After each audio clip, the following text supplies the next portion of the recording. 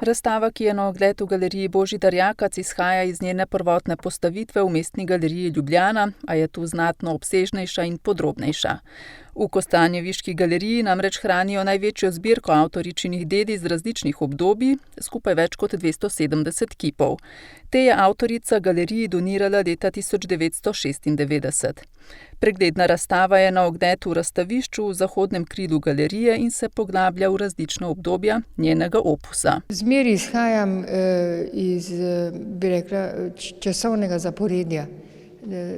Se mi zdi, da je najboljše, da se nekje držiš nekih letnic, pa ciklusov, ki so nastajali v tem obdobju, ker za mene je značilno, da imam posamezne cikluse, ki imajo pač enoten naslov, enotno problematiko, stilno podobno in pa gre iz ciklusa v ciklus in tako se nekako razvija tudi ta pot, ki hodiš skozi te prostore, nekje slediš temu časovnemu zaporedju pa stilnemu zaporedju.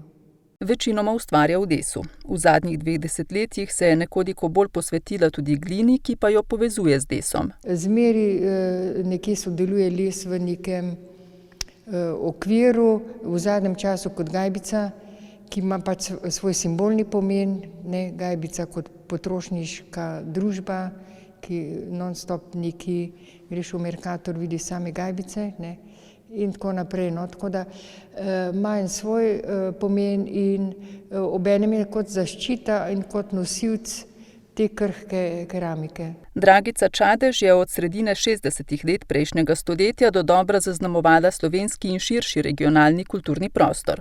V dobrih 50 letih ustvarjanja se je nabralo veliko del, zato je, kot pravi kustos Miha Colnar, tudi ta razstava zelo reducirana. Mi nismo mogli vsak ciklus, ki ga je ona naredila, predstaviti, ampak smo se osredotočili na eni strani na te mogoče najbolj ključne, na drugi strani na te, ki niso bili velikokrat videni, pa spet smo morali gledati neko to